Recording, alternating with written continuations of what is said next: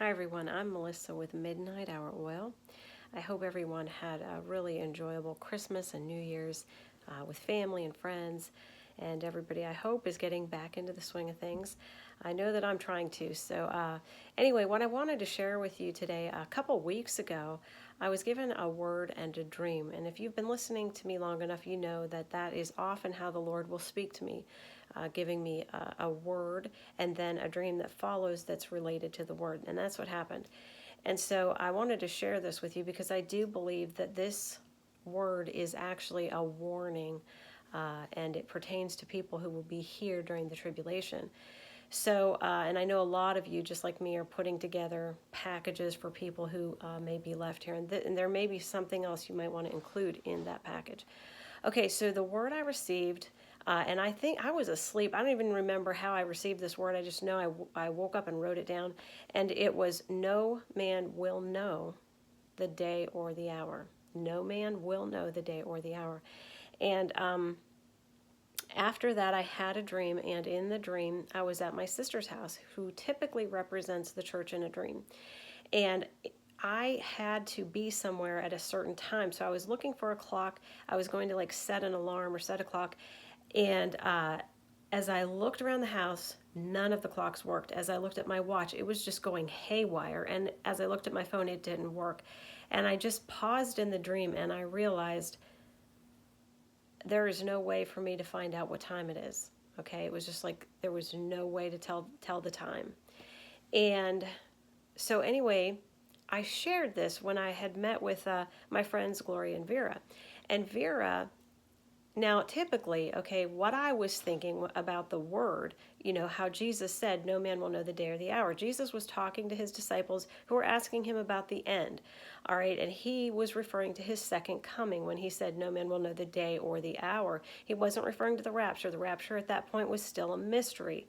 All right, if you'll recall, that mystery was only revealed to the Apostle Paul, right, years later.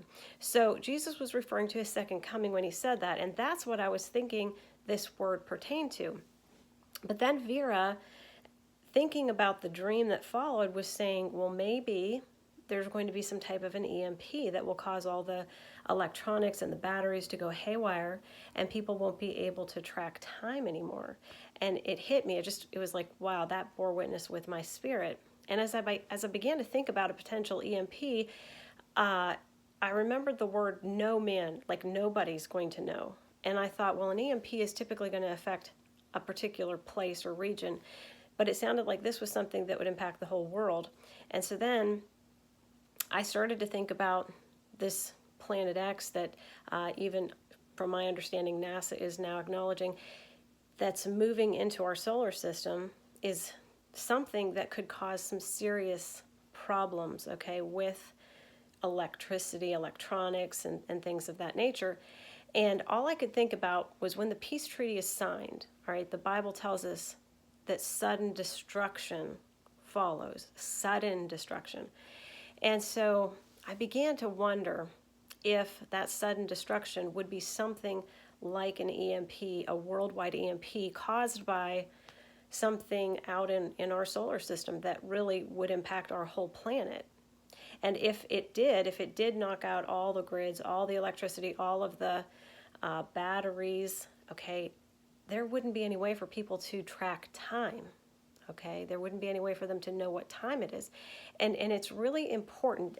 And the Lord began to show me how important time will be in that 7 years, because from the time the peace treaty is signed, from the time the rapture takes place, the people will be able to just count the time, the years, and know there's 7 years, right? And that sounds simple, counting 7 years, but if you don't know what time it is and you don't have a calendar to tell you, it's not necessarily going to be so simple. And then I remembered where it was a couple months ago. I don't know if it was a dream. I don't know if it was some type of experience. But in this, what I'll call a dream, I had time traveled into the future. And I was telling people, there was my sister-in-law was in a meeting in a house, and it was like house meetings going on. And I went in and I was telling them Jesus is coming back, but I was referring to his second coming. And it was like they didn't know he was coming back. So I was warning them to get ready, a lot like what we do now, sharing with people about the timing of the rapture. But I also thought about a dream I was given a couple years ago regarding the rapture. And a man was explaining to me in the dream that it's harder for people now to determine the timing of the rapture, okay, because of course we're looking at signs and biblical prophecies that point to the beginning of Jacob's trouble, and we know we'll be taken out before that, so that's what we look at. But the people who are here during the tribulation can look at the time of the rapture and the signing of the peace treaty to mark the time, so they'll have like a better starting point to go from, so it should be easier for them. But if somehow the enemy has a plan to take out all power grids, all electronics, all batteries, then people won't be able to keep track of time, and so they won't necessarily be ready for Jesus' second coming.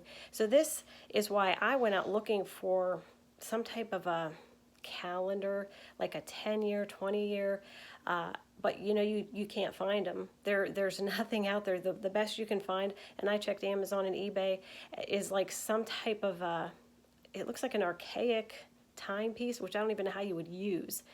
But my husband, he's really good with Excel. He put together a 25-year calendar, and then I wanted him to narrow it down to like 10 years so I could print it off and you could actually see it, which he's in the process of doing for me. And I will include that in my Left Behind package for anybody who may come across it, because I just think it's a way that we may be able to help them during that time, during that 7 years, to just really be able to know what time it is. Okay, so you might want to consider doing something similar.